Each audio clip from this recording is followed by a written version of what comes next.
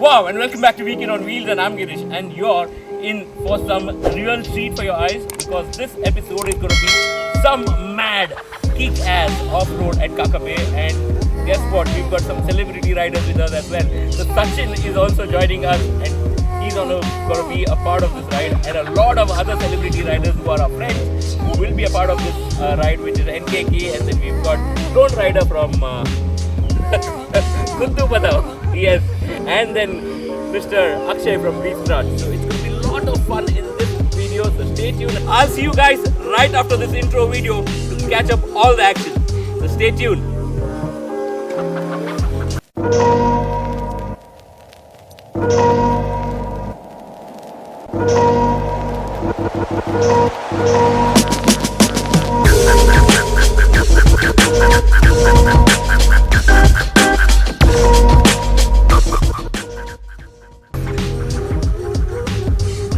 Let's kick in. So today I'm using my new riding gear. So I just got some off-roading stuff from Rhinox. So that's Rhinox gloves, and then the Rhinox entire base liner, inner base liner, upper and lower, and also their off-roading jacket, new Dune. So all of this. You guys might have seen my unboxing video where I just unboxed all my stuff. And now it's time to start. The weather is very pleasant, very nice, chill weather. You can see mist all around, and if you see especially in the fields, you can see a fine layer of mist right on the field, which is amazing. And yeah, first stop Puttur. Kirtan and Akshit will hop on, and after that we will go towards Sulya, have a breakfast and continue the ride.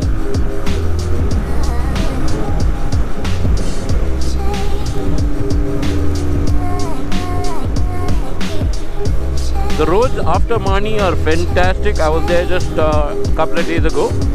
They've again freshly laying some nice tar road there. So the roads are fantastic.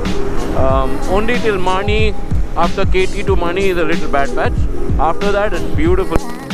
Again, when we take turn in Bhagamandala, the road's going to be narrow and a little broken road.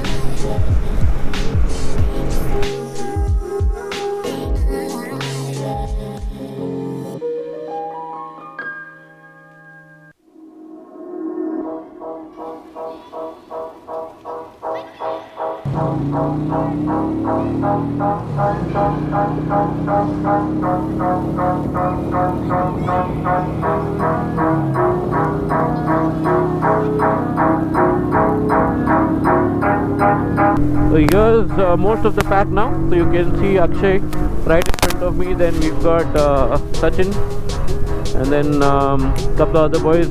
I don't know the names though. We'll get to know all of those guys today by end of the day. So everybody introduce themselves. Don't remember all the names.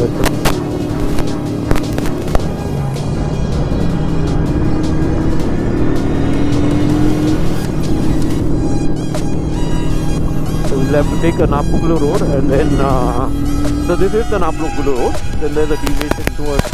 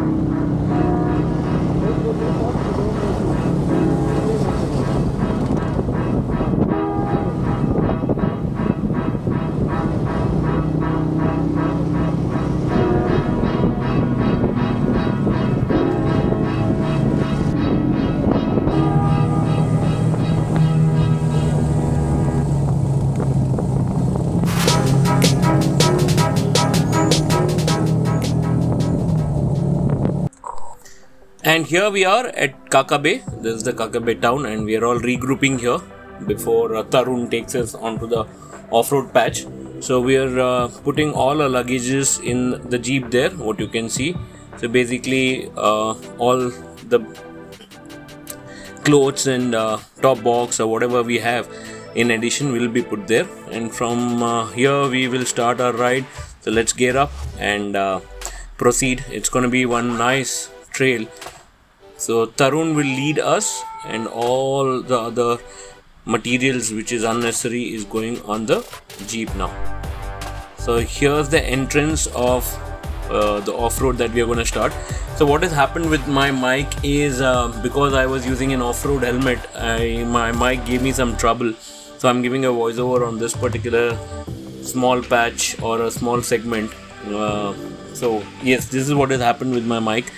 And going forward, what I did was, when I realized the mic was not working, I just disconnected the mic and directly started a recording. So that way in the next half of the video you will actually see me in action and kind of talking when I'm actually riding. But here just to give you a background, so from the Kakkabe town we had to go about 2 kilometers away or 3 kilometers away to enter to this segment where it is complete into the kind of nature, and you see the greenery across, and all the bikers are here. So we had mix of bikes, we had a good number of X-Pulse, we had then RX,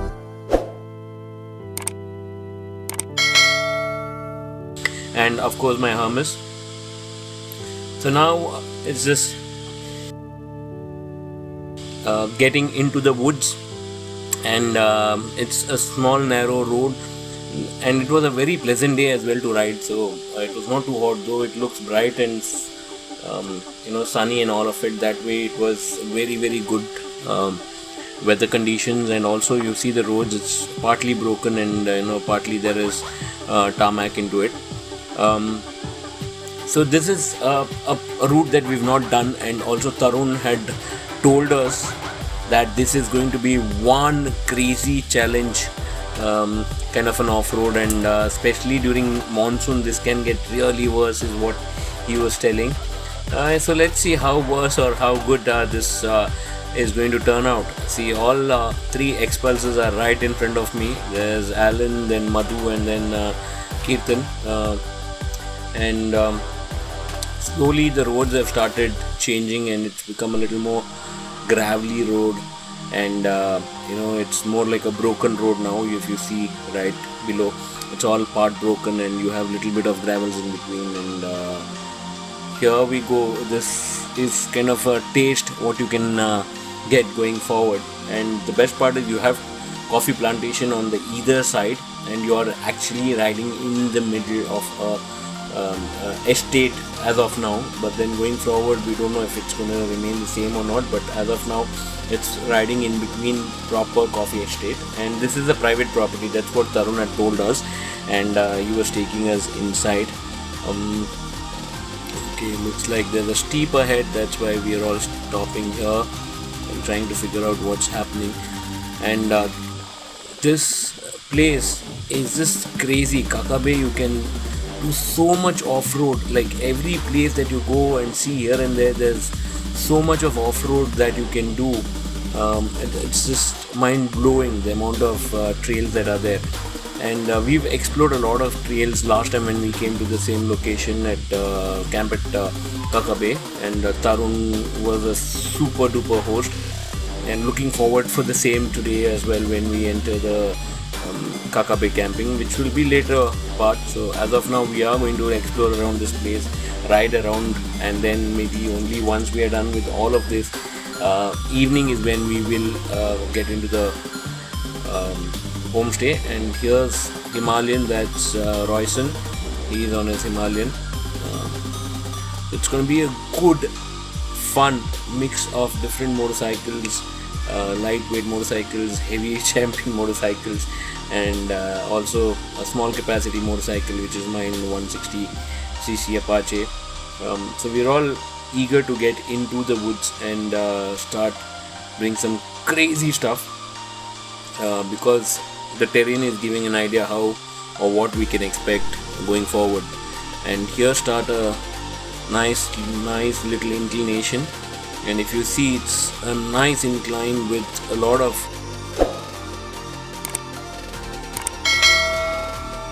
green patches as well, which is grass in between, and then you have nice sandy muddy kind of a surface, and in between you have a lot of gravels. And riding Hermes in these conditions is just absolutely fun, and all thanks to Reise Tyres. I am using the Reise trailer tires. They are exceptionally good in these kind of surfaces. So I use something called trailer is basically 50-50. So what you can do in that is 50% off-road capability and 50% road capability. Somebody who does a lot of touring, I would recommend them go with Tourer, which is 70-30, 70% highway and 30% off-road. But for me, it's always been 50-50 only what I'm looking at, because if you've seen if you're following me, you will see a lot of trails that we've been doing. And look here, it's a nice decline, and this is where you actually come to know how important your tire plays. Especially when you brake, the way it brakes, and also when you are climbing up, the way it gives you traction and pushes you up. All these things matter a lot when you're doing off-road, and a tire plays a huge role in these kind of situations. And even Keaton is using a trailer, and I've been using trailer for last 2 years, and I've been testing different tires. Tourer and trailer and tracer, but for my kind of riding and this thing, I love trailer a lot, because I do a lot of off-roading. Next I'm going to try definitely Tourer once I start doing a lot of highway rides and when the roads are clear like this. So this is a concrete road after all that dusty and off-road that we've done. Finally got into some kind of concrete road.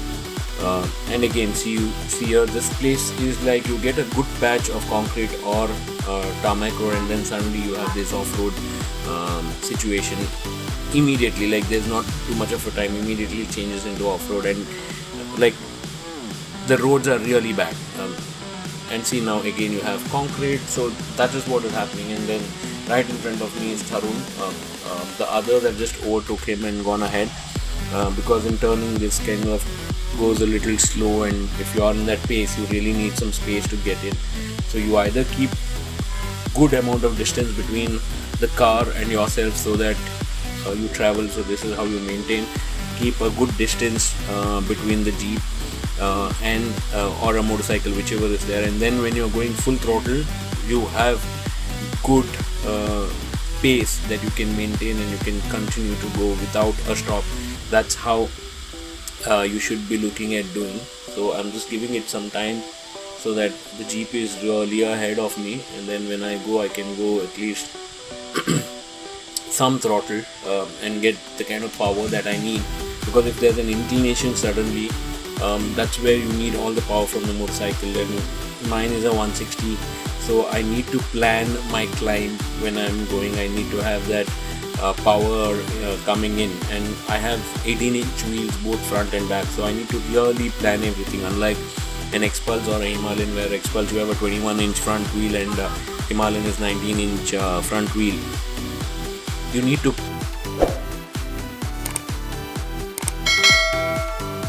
inch, and suddenly if you're doing an uphill climb or downhill, you need to have enough space. Now again comes back to the concrete road. Here it's pretty much straightforward. The brakes works absolutely fine because it's not off-road or gravelly road. It's concrete road, so you can always brake. Even if there is an inclination, you can always plan it and brake accordingly and go. So just can't wait to see what is installed for us in this entire journey, because the way I look at it, this is already good, nice, challenging off-road. And you see in between you have proper gutter kind of a thing, which is done because of Jeeps going, and in the center you have the grass because of the four-wheelers continuously taking the side, both the sides. You have only grass in the center, and here your navigation skills really come into play. You need to always keep planning your road ahead, what road you're going to take, which route you're going to follow, and how are you going to navigate yourself through these off-road. That's how you plan. And if you have a proper clear vision ahead, you can always go full throttle without a problem and continue to ride. Here I'm just finding a little difficult because I have no traction. Oh my god, yeah, so because I'm not able to get some traction, I had to drop the motorcycle. You may not get a actual understanding of the steep that this is, because GoPro would not do a justified job. But then, yeah, here am I in a situation where harness is down, and yeah, just trying to take a breath and then staying composed. Now this is where 21-inch wheel makes huge difference. You see how easily experts just went ahead without any problem, and also it's a 200cc, but the power also matters. So comfortably it just takes on the big bolsters and all of it, and it goes ahead. I'm just trying to recover my motorcycle and get back to the safe zone before others come, because I don't want to be in the path while others are there on their way, and me just being right in the center. Because if you're coming in some pace, you would need that space to kind of recover and go up. So I need some assistance here, because my tire is just slipping, and because the surface is wet, I just need one push so that I get the traction back. Because of 160cc power, need some power before I can get back to road. So here, thanks to Alan for his push at the rear, which helped me to gain some kind of momentum, and once you are there, then you can continue going. So you can continue to throttle and try to push yourself, but then what will happen is, if you do not have enough power, it will just burn the clutch, or will only do wheel spin